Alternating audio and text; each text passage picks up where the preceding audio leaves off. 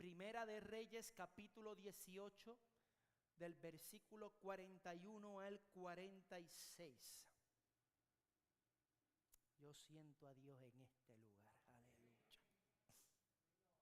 Gracias por tu presencia, Señor. La palabra del Señor dice así: entonces Elías dijo a Acab: sube, come y bebe, porque se oye el ruido de una gran lluvia. Acab subió a comer y beber, y Elías subió a la cumbre del Carmelo, y postrándose en tierra, puso su rostro entre sus rodillas, y dijo a su criado: sube ahora y mira hacia el mar. Y él subió y miró y dijo: no hay nada. Y él le volvió a decir: vuelve 7 veces. A la 7ª vez dijo: yo veo una pequeña nube como la palma de la mano de un hombre, que viene subiendo del mar. Y él dijo: ve y di a Acab: unce tu carro y desciende, para que la lluvia no te ataje. Y aconteció, estando en esto, que los cielos se oscurecieron con nubes y viento, y hubo una gran lluvia. Ahora quiero ir a Hechos capítulo 1 del versículo 4 y 5. Y después del 5 brincamos al 8. Y estando juntos, les mandó que no se fueran de Jerusalén, sino que esperasen la promesa del Padre, porque Juan ciertamente bautizó con agua, mas vosotros seréis bautizados con el Espíritu Santo dentro de no muchos días. Pero recibiréis poder cuando haya venido sobre vosotros el Espíritu Santo, y me serás testigos. Ahora vamos a Hechos capítulo 2, versículo 1 al 4. Cuando llegó el día de Pentecostés, estaban unánimes juntos, y de repente vino del cielo un estruendo como de un viento recio que soplaba, el cual llenó toda la casa donde estaban sentados. Y se les aparecieron lenguas repartidas como de fuego, asentándose sobre cada uno de ellos, y fueron todos llenos del Espíritu Santo. Gracias, Señor, tu palabra está bendecida. Como de costumbre, antes de proceder, quiero darte contexto sobre lo que acabamos de leer. Israel llevaba 3 años sin lluvia. Y necesito que entiendan lo que eso significa en este mundo, en ese mundo, porque si lo reducimos a un dato bíblico, lo vamos a perder por completo. 3 años sin lluvia en el Medio Oriente antiguo no era simplemente un problema del clima. Era una crisis total que vivía. Era el colapso de toda una sociedad. Cuando no hay lluvia, no hay cosecha. Cuando no hay cosecha, no hay comida. Y cuando no hay comida, no hay ganado. Cuando no hay ganado, no hay leche, no hay lana, no hay carne. Y cuando no hay comercio, no hay economía. Una sequía de 3 años en ese mundo destruía generaciones completas. Imagínate la escena conmigo. Familias enterrando animales que llevaban décadas en esa familia. Padres que abrieron pozos que sus abuelos habían abierto y ahora estaban secos. Madres que estaban midiendo las porciones de comida porque ya no alcanzaba como antes. Niños que estaban aprendiendo a no quejarse como hacen los míos. A no quejarse de hambre porque sus padres no tenían respuesta.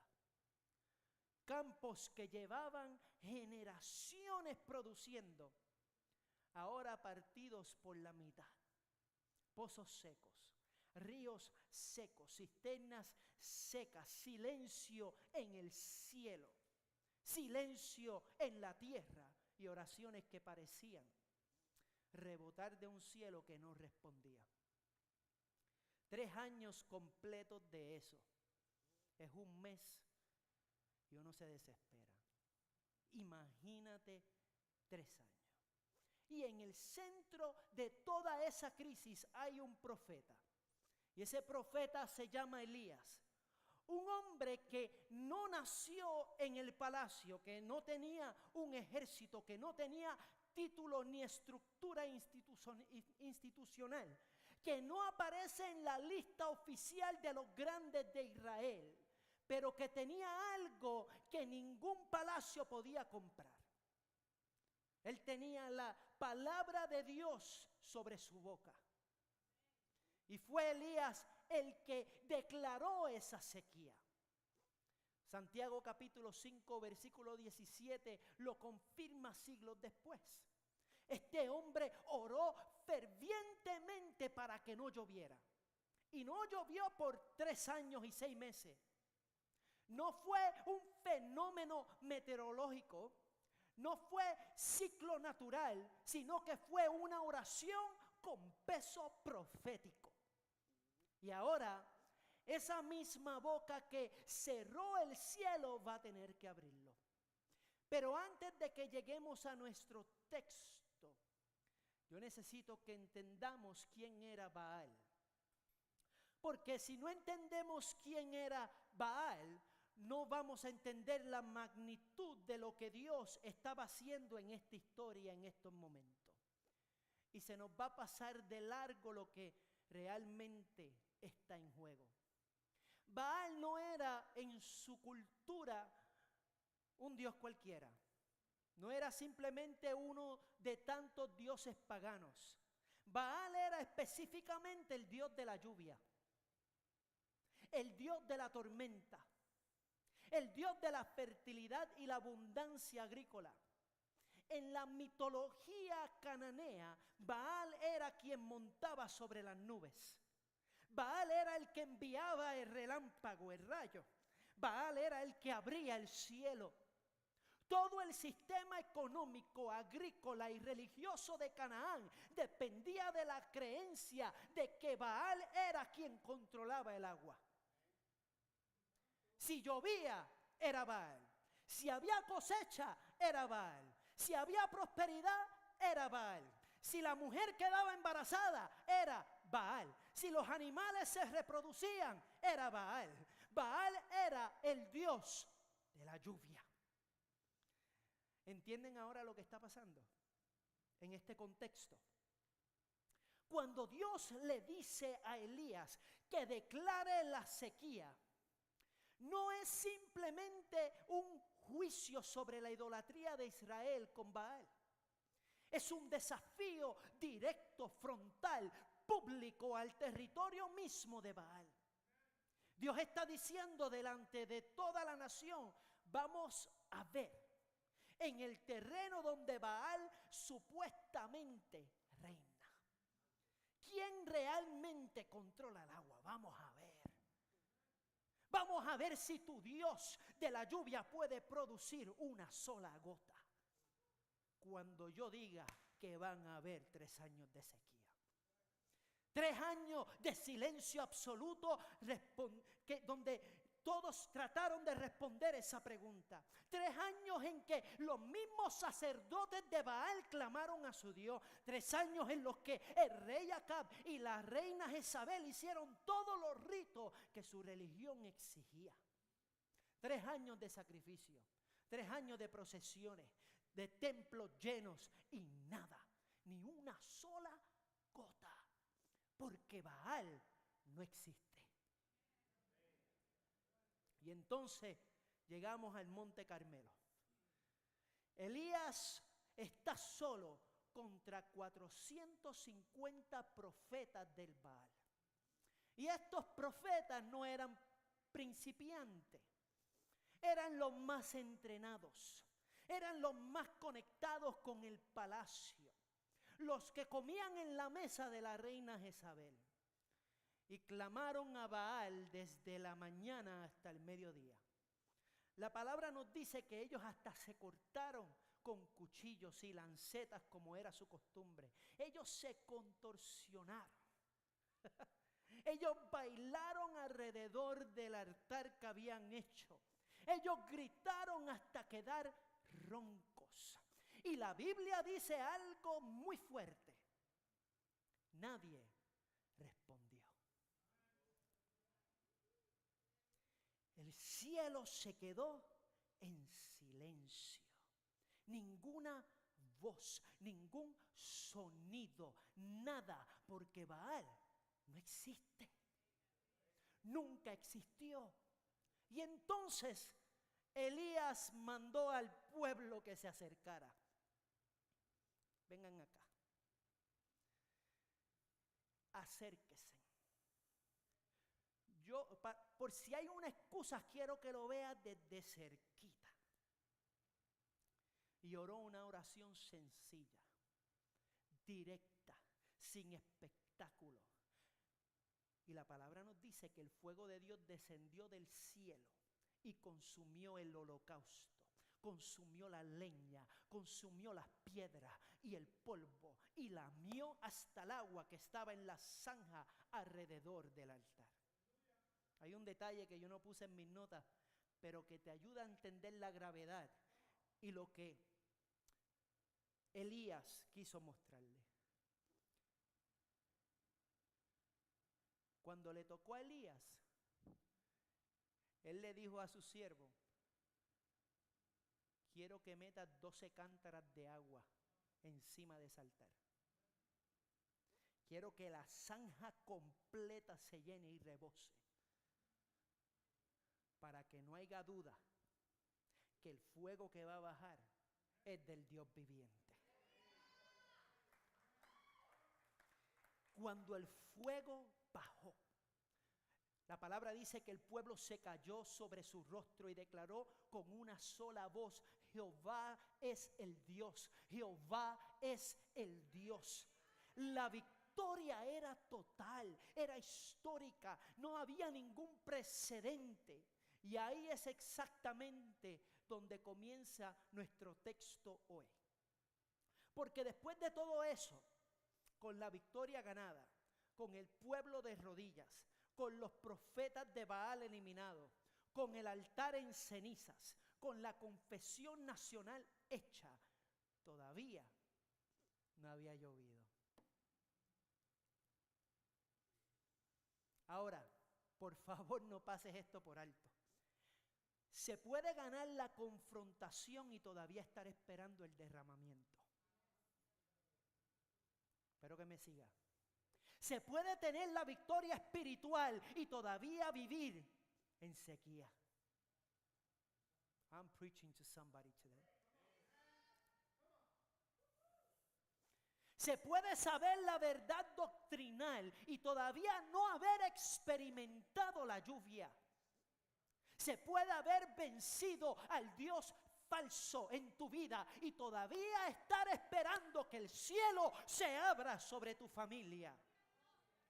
Y yo creo que eso describe a muchos de nosotros en nuestra congregación hoy. Han visto la mano de Dios moverse, han tenido momentos reales con Él, han declarado que Jehová es el Dios, pero hay algo más que están esperando, un nivel más, una plenitud más, que todavía no ha llegado. La pregunta que el texto nos está haciendo a cada uno de nosotros hoy es la siguiente: ¿qué estás haciendo mientras esperas la lluvia? ¿Qué estás haciendo? Escucho el ruido de la lluvia. Esto me lleva al punto número 1. La fe escucha antes de ver. Lo primero que Elías hace después de la victoria del Monte Carmelo no es lo que tú y yo esperaríamos que hiciera. Él no celebra, él no tira un party, él no descansa. Él no escribe un libro, él no sube su testimonio a las redes sociales del Antiguo Testamento. Lo primero que Elías hace es voltearse a ver al rey Acab y decirle algo que si lo piensa con cuidado suena completamente irracional en ese momento. No tiene sentido. Sube, come y bebe, porque se oye el ruido de la lluvia. Sube, come y bebe, porque se oye el ruido de la lluvia. Quiero que lo pienses conmigo por un momento, porque estamos hablando de 3 años de sequía. Estamos hablando donde hay una hambruna increíble en todo el país.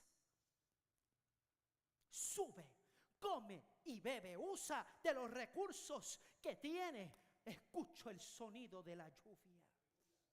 Fíjense en el verbo que él usa. Este verbo cambia todo. Él no dice se ve. Él no dice ya cayó. No dice está cayendo. No dice viene la lluvia y allá la veo. Él dice se oye. Se oye. El profeta está declarando como presente algo que todavía no es físicamente visible. El cielo está completamente despejado. La tierra está agrietada. Acab tiene 3 años de sequía bajo los pies. Y este hombre, parado al lado del altar, todavía humeando, dice con autoridad profética: se oye el ruido de una gran lluvia. La fe escucha en el espíritu lo que todavía no aparece en el cielo. Pero antes de que este punto suene a palabras mágicas, ¿ok? This is not Disney. Antes de que suene como una visualización secular, antes de que suene como decreto y declara sin fundamento, yo necesito que entendamos algo que está en el texto, algo que cambia el fundamento de todo lo que Elías está haciendo. Vamos a retroceder unos versículos. Vamos al principio del capítulo 18. Primera de Reyes, capítulo 18, versículo 1. Antes del monte Carmelo, antes de los profetas de Baal, antes del fuego, antes de toda esta confrontación, Dios le habló a Elías directamente. Le dijo estas palabras exactas: ve, muéstrate a Acab y yo haré llover sobre la faz de la tierra. ¿Vieron eso? Dios prometió la lluvia primero. Elías no inventó esa declaración en la cumbre del Carmelo. Elías no la fabricó en su emoción después de la victoria contra los 450 profetas del Baal. Elías no se la sacó del corazón porque se sentía espiritualmente fuerte. Elías estaba respondiendo a una palabra que ya Dios había pronunciado meses antes. Su boca declaró lo que Dios ya había determinado. Y esa distinción es absolutamente todo. Porque, y esto es un principio, por favor agárralo y guárdalo por el resto de tu vida. La fe bíblica no habla para manipular a Dios. La fe bíblica no habla para obligar el cielo. La fe bíblica no es un conjuro espiritual ni una técnica de pensamiento positivo como hacen algunos por ahí. La fe bíblica habla porque Dios ya habló primero. La fe no inventa promesas. Ya las promesas están dadas a nosotros en su palabra. La fe responde a la voz de Dios. Eso es importantísimo en este tiempo que estamos viviendo. Porque hay muchas enseñanzas que confunden la fe bíblica con técnicas espirituales. Que te dice que si declaras suficiente, vas a obligar a Dios a moverse. Que si visualizas lo suficiente, vas a crear tu propia realidad. Y eso no es fe. Eso es manipulación con vocabulario religioso. La fe verdadera, ustedes me disculpan, si tú eres de esta casa y vas poniendo los mensajes juntos poco a poco, yo ando en una misión de que nuestra congregación tengan la madurez bíblica para saber qué es una iglesia saludable y qué no, qué son personas saludables y qué no. Porque lamentablemente hay un auge de paternidad espiritual, de apóstoles y profetas por todos lados, y te quieren profetizar y no hay un fundamento bíblico. Y tenemos que tener cuidado. Y lamentablemente, el auge más fuerte es en la comunidad latina. O sea, algún día comenzaré a recibir llamadas de 2 o 3 molestos y con gusto le vamos a dar. That's okay. Que vamos a defender la palabra. La fe verdadera tiene una palabra de Dios como fundamento. La fe verdadera no inventa lo que Dios no dijo. La fe verdadera escucha primero y entonces declara lo que escuchó. ¿Me explico? Tenemos a Abraham como ejemplo. Dios le cambió el nombre de Abraham a Abraham, padre de multitudes, mientras Sara era estéril. No había hijo todavía, pero Dios le cambió el nombre. Y Abraham caminó años con ese nombre nuevo, declarándose sobre él antes de él ver el resultado. La gente debe haberse reído de Abraham. Abraham, padre de multitudes, y no tiene ni un solo hijo.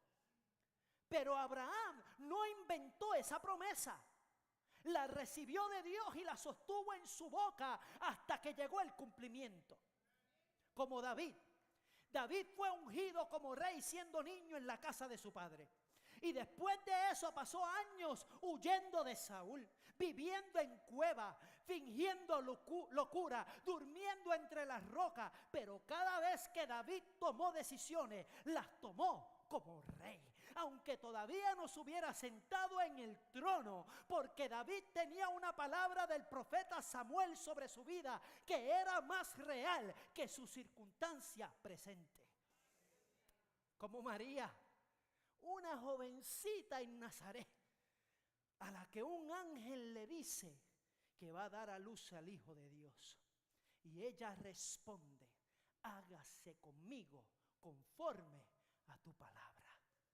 Conforme a tu palabra, no conforme a mi entendimiento, no conforme a la manera que yo quiera interpretar, no conforme a mi capacidad de explicar esto socialmente, conforme a la palabra que tú acabas de pronunciar sobre mi vida. Y eso es lo que Elías tenía. 3 años de sequía, un horizonte completamente seco, un sistema económico que había colapsado y la palabra de Dios diciéndole: yo haré llover. Y eso fue suficiente para hacer la declaración en voz alta delante del rey. Un rey que no creía en nadie, ni sus profetas respondieron. 3 años de sequía, pero dile al rey que la lluvia vuelve. ¿Hay alguien aquí en esta tarde que tiene una promesa de Dios sobre su vida? ¿Habrá alguien? Una promesa que recibiste en oración, una palabra que recibiste a lo mejor ayer en el Congreso de Damas o hace varios años atrás, en un servicio, en un momento que tú sabes sin duda que fue de Dios. Una palabra sobre tu matrimonio. Una palabra sobre tus hijos, una palabra sobre tu llamado, una palabra sobre tu futuro. Y el tiempo se ha tardado. Parece estar lejos. El horizonte sigue igual. La evidencia no aparece. La tentación más grande de este proceso no es dejar de creer en Dios.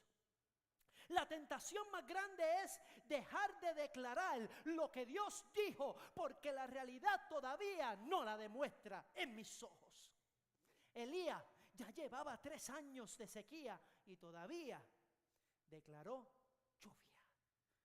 No porque ignorara su realidad, no porque viviera en negación, sino porque la palabra de Dios era más real que reporte del horizonte. Dale una palmada a alguien, mira a la persona que está a tu lado y dile, vuelve a declarar. Vuelva a declarar. Vuelva a declarar lo que Dios dijo sobre tu matrimonio, aunque hoy esté difícil. Vuelva a declarar la palabra que Dios dijo sobre tu hijo, aunque hoy esté lejos. Vuelva a declarar lo que Dios dijo sobre tu salud, aunque el informe, aunque el diagnóstico, aunque el doctor te diga completamente lo contrario. Vuelve a declarar lo que Dios dijo sobre tu llamado, aunque ahora mismo no veas la puerta abierta. Porque tu boca, escúchame bien, tiene que estar alineada con el cielo. Tiene que estar alineada con la palabra de Dios. Antes que tus ojos vean el cumplimiento. Yo escucho el ruido de la lluvia. My God Almighty. Lo escucho, lo escucho, lo escucho. Mis hijos no se van a quedar en esta situación. La sanidad va a venir. Esos demonios no lo van a atormentar. Esa enfermedad no es la que lo va a llevar a su cumplimiento. Yo escucho el ruido de la lluvia. My God. Punto número 2, si estás tomando nota. La postura del que espera no es la postura del rendido. Procésalo.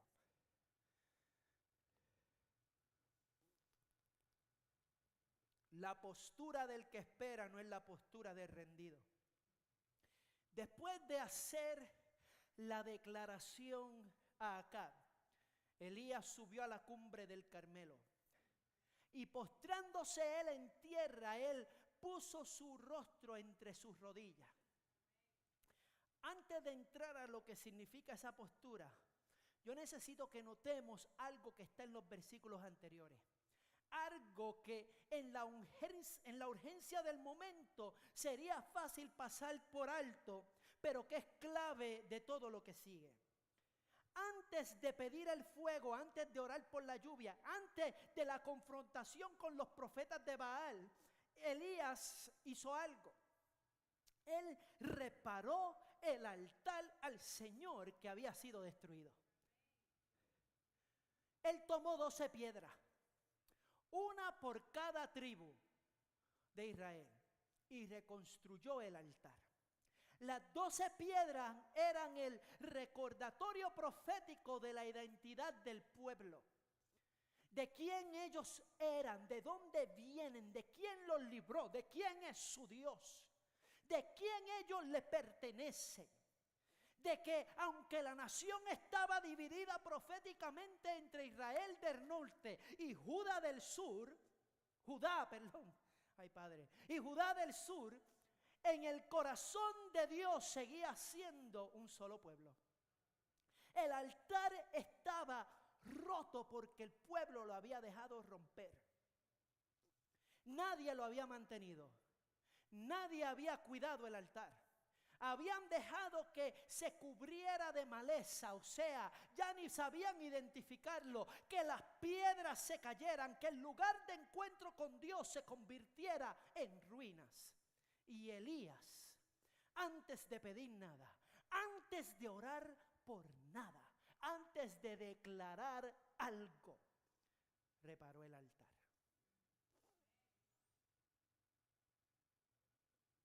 Y eso me habla directamente y nos habla directamente como iglesia esta tarde. Porque hay un patrón espiritual en este versículo que necesitamos entender. Muchas veces queremos un derramamiento público sin rendirnos en lo privado. Queremos lluvia en el servicio el domingo, pero el altar personal está seco de lunes a sábado. Queremos que Dios llene los sábados lo que nosotros mismos vaciamos los viernes. Queremos cosechar en el altar lo que no sembramos en lo secreto. Y Dios es paciente. Dios es misericordioso, claro que sí. Pero Dios no puede ser manipulado. El altar roto no es señal de que Dios es limitado. Es señal de un corazón dividido. Y Dios no está buscando espectáculo. Dios está buscando rendición. Tú sabes que yo he escuchado personas que dicen, hacen años que yo no tengo una experiencia con Dios así. Hacen años que yo no estoy en un servicio así. Eso no tiene nada que ver con la iglesia, by the way. Tiene que ver con tu altar. Llega el momento donde llega el momento de rompimiento, de entrega. Y sí, hay momentos especiales. Y sí, hay momentos donde la presencia de Dios hace unas cosas maravillosas, claro que sí. Pero esas experiencias que te hacen un shift tienen que ver con tu altar. La lluvia no cae sobre el programa. La lluvia cae sobre el altar que está reparado. Alguien diga conmigo, reparo el altar. Reparo el altar. Y ahí es donde Elías pone su rostro entre sus rodillas en la cumbre del Carmelo. Y quiero que visualicen esa imagen porque hay dos maneras completamente diferentes de interpretar a un hombre en el suelo. Una interpretación es que ese hombre está derrotado, que está aplastado,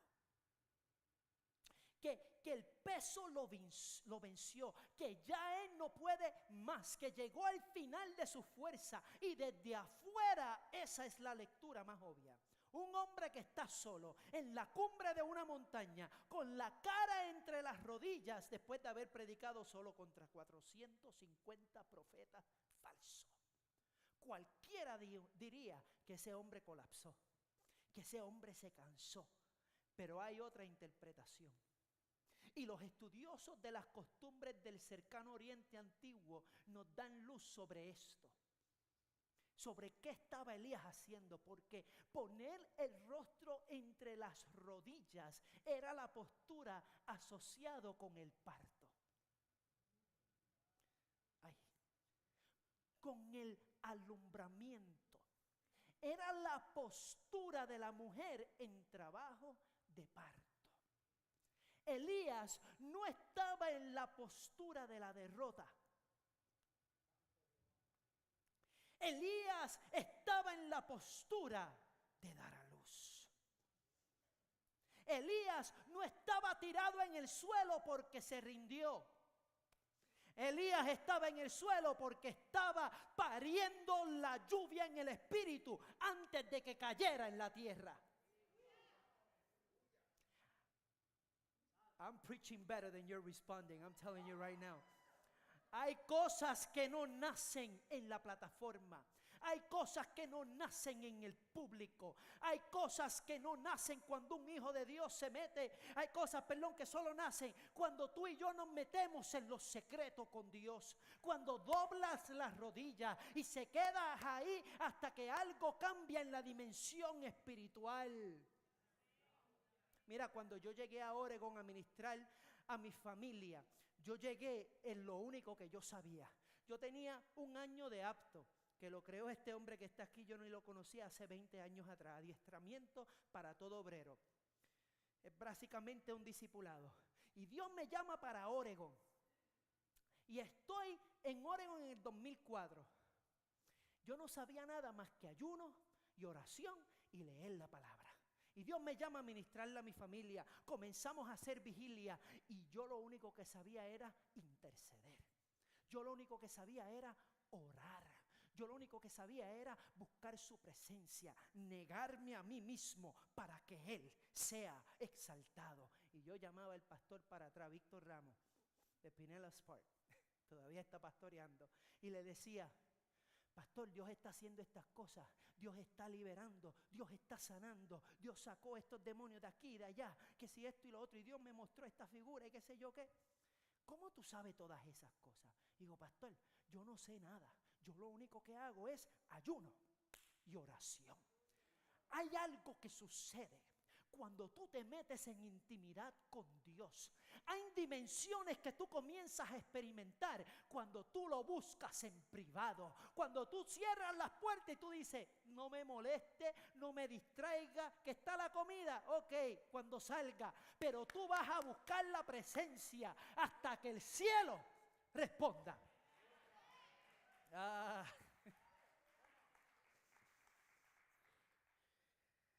My God, my God, my God.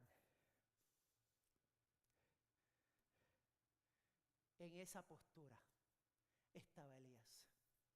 Elías le dice a su criado, sube y mira hacia el mar. Dime qué es lo que tú ves. El criado sube. Él mira al horizonte, vuelve y baja y le reporta lo que ve. No hay nada. Elías, él no levanta la cabeza.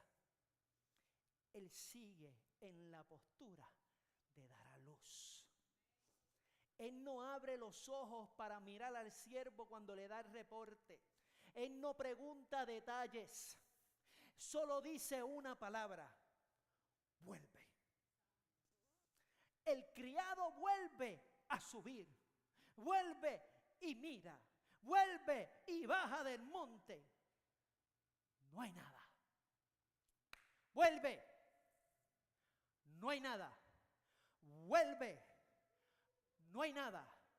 Vuelve. Te dije que no hay nada. Vuelve.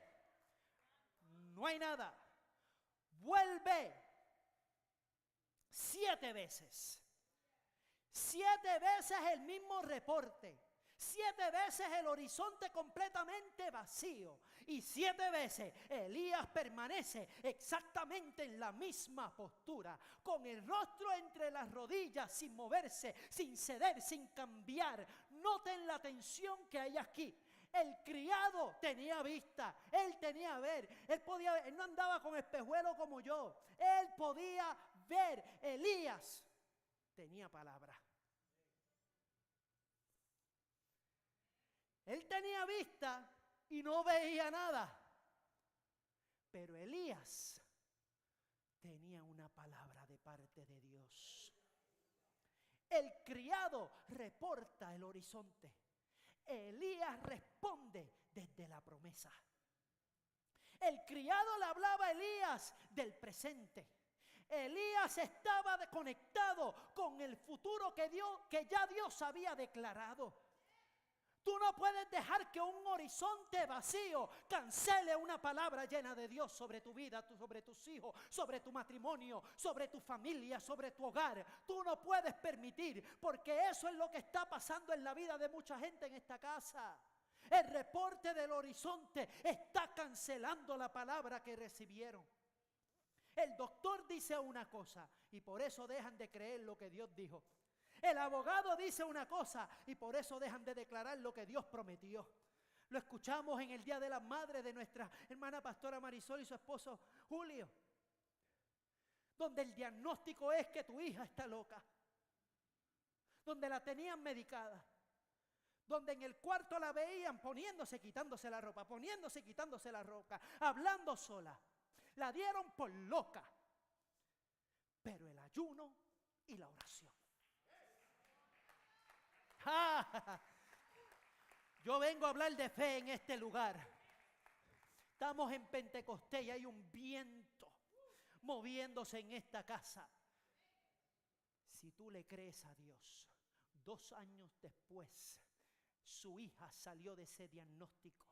Y hoy día está prosperando, está casada, cumple 1 año de casada, dijiste. Está cantando en su iglesia.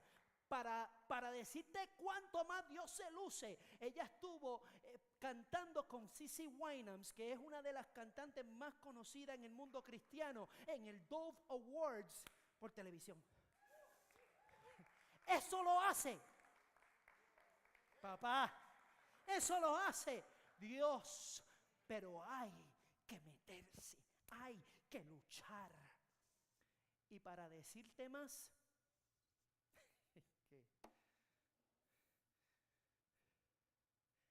hace unos meses atrás Nuestra hermana Marisol y el hermano Julio nos invocan a oración porque su nieto de 4 años recibió un diagnóstico de cáncer. Y nosotros hemos estado orando y hemos estado intercediendo. Y ellos, no me puedo imaginar cuánto más. Y la semana pasada recibo una linda llamada de la pastora Marisol que me hizo hasta llorar en el vehículo, llorando de la alegría. Pastor, no lo vas a creer. Le hicieron otro diagnóstico y no encontraron nada de cáncer.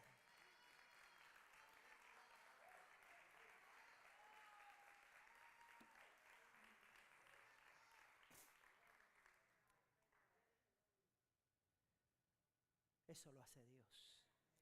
El abogado te puede decir una cosa y por eso dejas de declarar lo que Dios te prometió. La cuenta de banco te puede decir una cosa y por eso entierras la palabra que un día les conmovió hasta las lágrimas.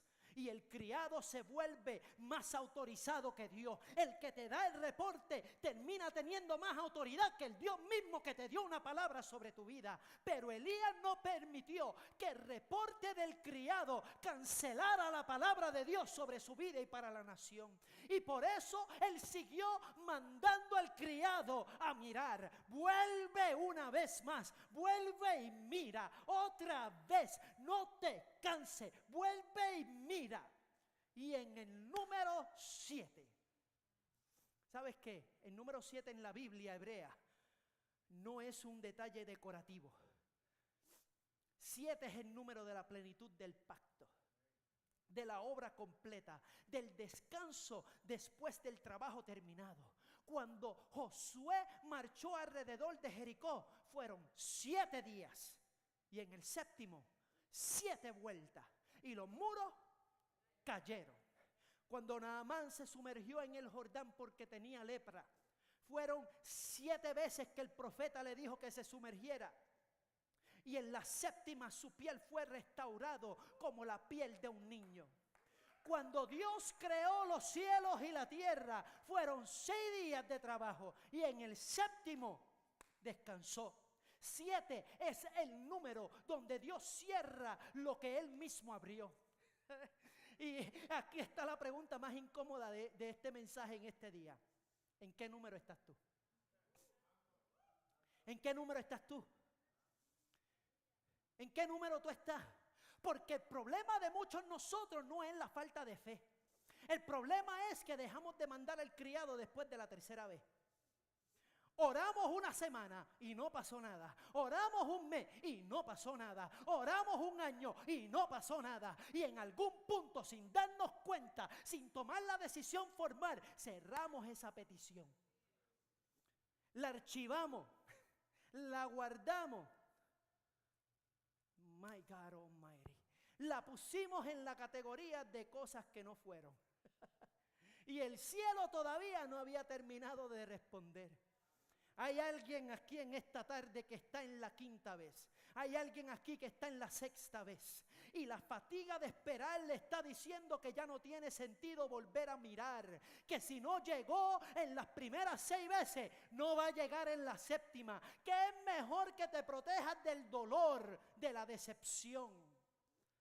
Pero Elías te dice hoy, vuelve. Una vez más. No te rindas antes del 7.º. Vuelve a mirar, vuelve a creer, vuelve a declarar. El matrimonio todavía puede ser restaurado. El hijo todavía puede volver. Ese cuerpo todavía puede ser sano. Esa familia todavía puede ser sanada. Ese llamado todavía puede florecer. Esa puerta todavía puede abrirse. No te rindas antes del 7.º. No cierres la petición antes de que aparezca la nube. Mira a la persona que está a tu lado y dile, no te rindas antes del 7.º. No te rindas, escucho el ruido de la lluvia. Escucho el ruido de la lluvia. Y mi último punto, Dios no necesita mucho para cambiar todo. A la 7.ª vez, el criado sube y mira hacia el mar. Y baja y dice algo que, si lo piensas con honestidad, casi no justifica el entusiasmo de lo que viene después. Porque él dice: yo veo una pequeña nube como la palma de la mano de un hombre. Está lejos, ni ha llegado, está chiquitita, que sube del mar. Eso es todo. Una nube, no un frente de lluvia como los que vemos aquí llegar y tú dices, todo el mundo para adentro. No un sistema de tormentas, no señales espectaculares en el cielo, no una visión gloriosa que cualquiera podría ver. Una nube pequeña, del tamaño de una mano, en el horizonte distante del mar Mediterráneo. Cualquiera que no estuviera esperando se lo hubiera perdido completamente. Quiero pedirle a los músicos que por favor me acompañen. Cualquier persona que pasara por ahí ese día habría dicho: el cielo sigue básicamente despejado. Cualquiera que no llevara meses en postura de intercesión como andaba Elías, que no hubiera reparado el altar, escucha bien, que no hubiera mandado al criado 6 veces antes, habría visto esa nube y habría dicho: eso no es nada, aquí no va a pasar nada. Pero Elías la vio y dijo: eso es suficiente.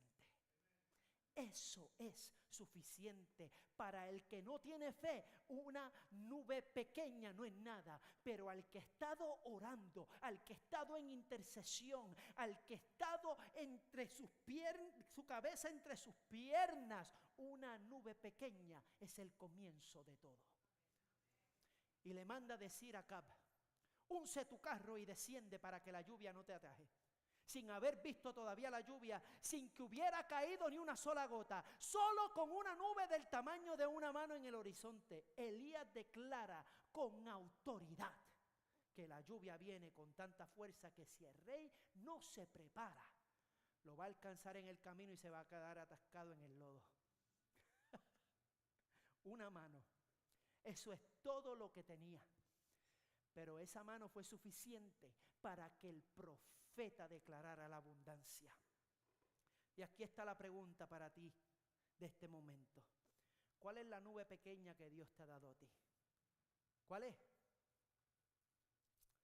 Porque a veces lo que estamos esperando es algo espectacular. Queremos que el cielo se oscurezca de golpe. Queremos que la señal sea inmediata. Queremos la señal que no necesita fe para ser interpretada. Queremos algo que sea tan grande que cualquiera lo pueda ver. Queremos pruebas y no señales. Y la pregunta es si tienen la sensibilidad espiritual para reconocerlo. Déjame ser específico en esta tarde. Tal vez la nube pequeña en tu matrimonio es que esta semana hubo una conversación sin pelea. Solo eso. No reconciliación completa. No una restauración total. Solo una conversación tranquila que no había sucedido en meses. Eso es una nube pequeña. Y tú lo viste y dijiste, bueno, una conversación. Pero el problema sigue ahí. Pero el profeta dentro de ti tiene que aprender a decir, esa conversación es el ruido de la lluvia que viene. Tal vez la nube pequeña es en tus finanzas. Es una puerta que se entreabrió esta semana. No es la solución completa a resolverlo todo. No la liberación total de la deuda. No el cheque grande que estás esperando. Solo una puerta donde ayer había una pared. Una llamada que no esperaba. Una oportunidad que tú ni siquiera estaba en tu calendario. Eso es una nube pequeña. Y para aquel que ha estado en postura, eso es suficiente para declarar que algo está cambiando en tu vida.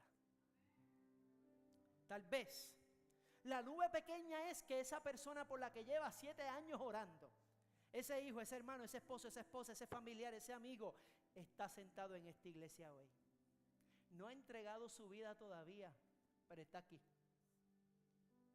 Solo vino. Tal vez ni siquiera vino convencido. Vino porque casi lo obligaste. Vino porque alguien lo invitó y no supo cómo decir que no. Pero está aquí. Esa es la nube. Eso es suficiente para decir la lluvia viene sobre la familia. Yo necesito decirles algo con honestidad, porque no quiero que este mensaje te fortalezca hoy y te decepcione el martes.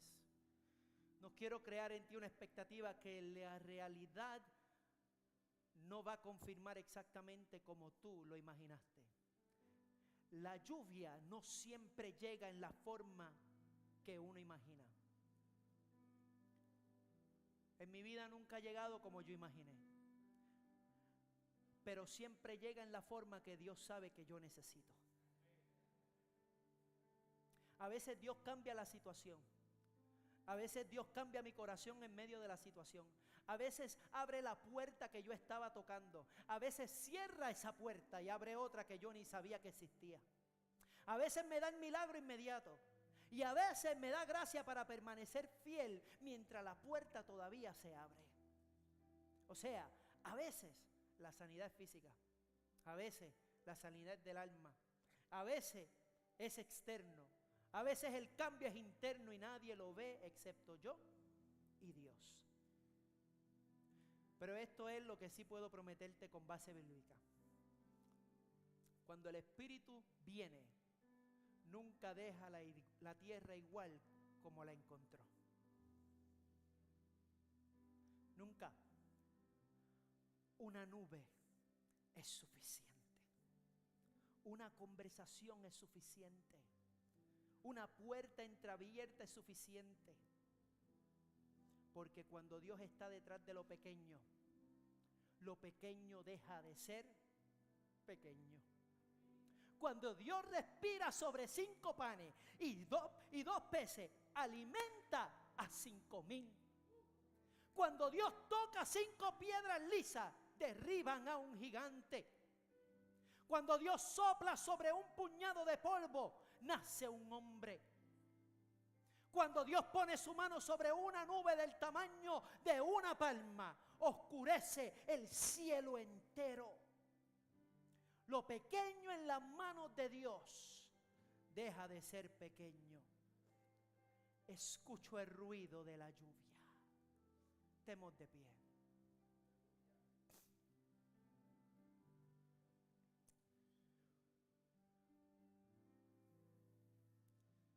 Quiero hacer un puente rápido, que creo que es el corazón de todo lo que hemos construido esta tarde.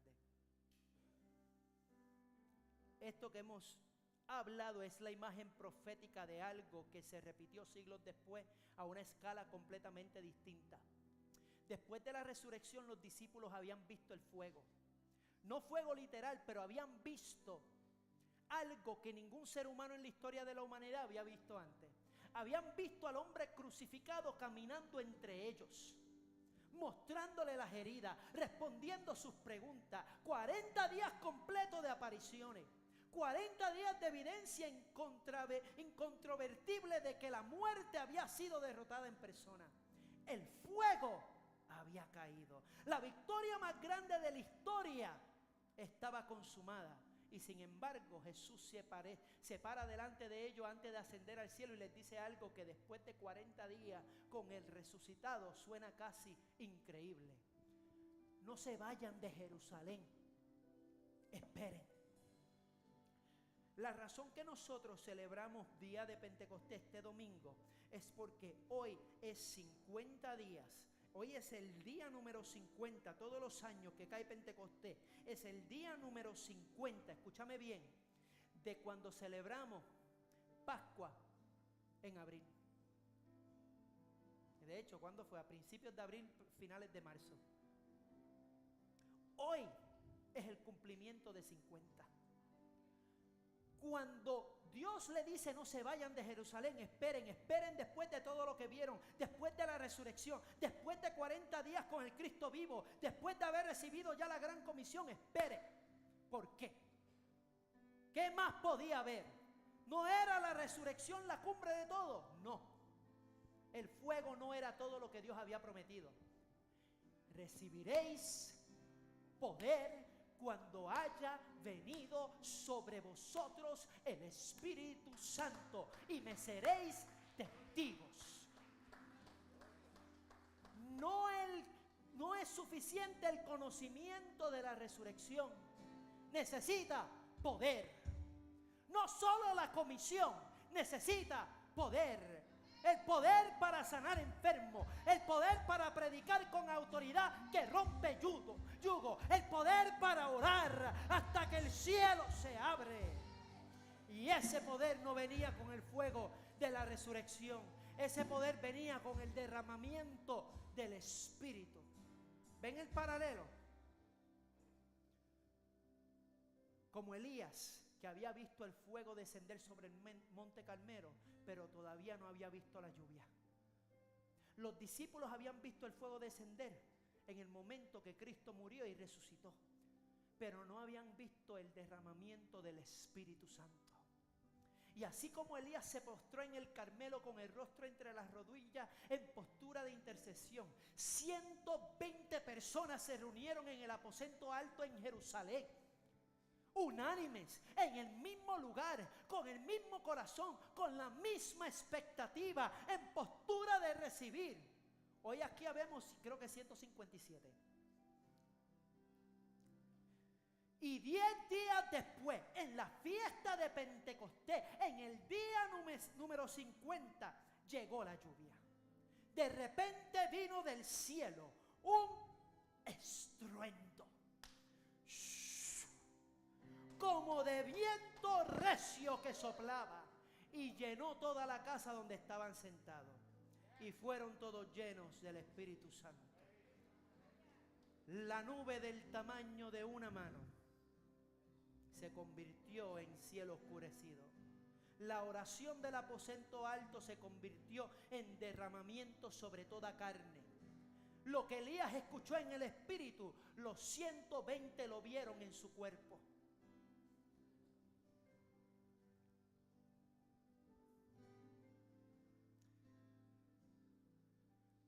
Quiero pedirle al equipo de oración que pase.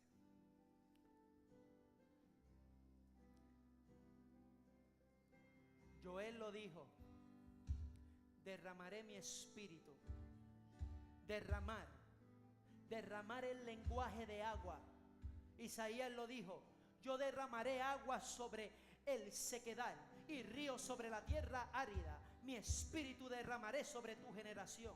Y Jesús mismo lo dijo, parado en el último día de la fiesta de los tabernáculos en Juan 7:37, dijo: si alguno tiene sed, venga a mí y beba. El que cree en mí, como dice la Escritura, de su interior correrán ríos de agua viva.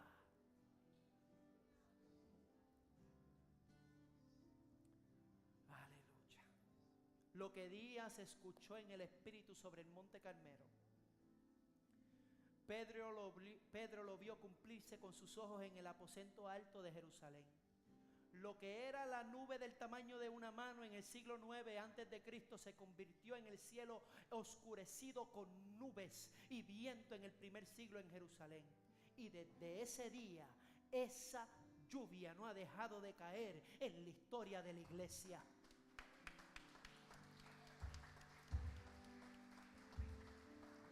Y eso es exactamente lo que estamos creyendo aquí en este lugar hoy.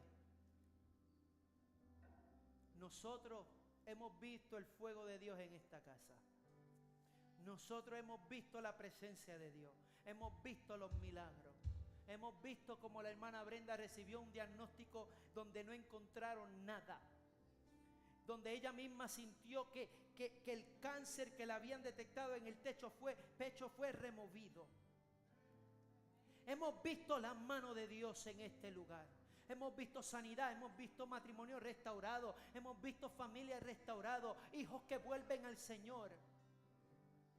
Pero todavía escucho el ruido de la lluvia. Porque si no te acuerdas, este año es de avivamiento. Y estamos creyéndole a Dios por lo sobrenatural. Y aprovecho y digo que en el edificio en la parte de atrás, hoy a las 6 de la tarde, tenemos lo que se le llama en inglés Fire Night, noche de fuego. Y estamos en expectativa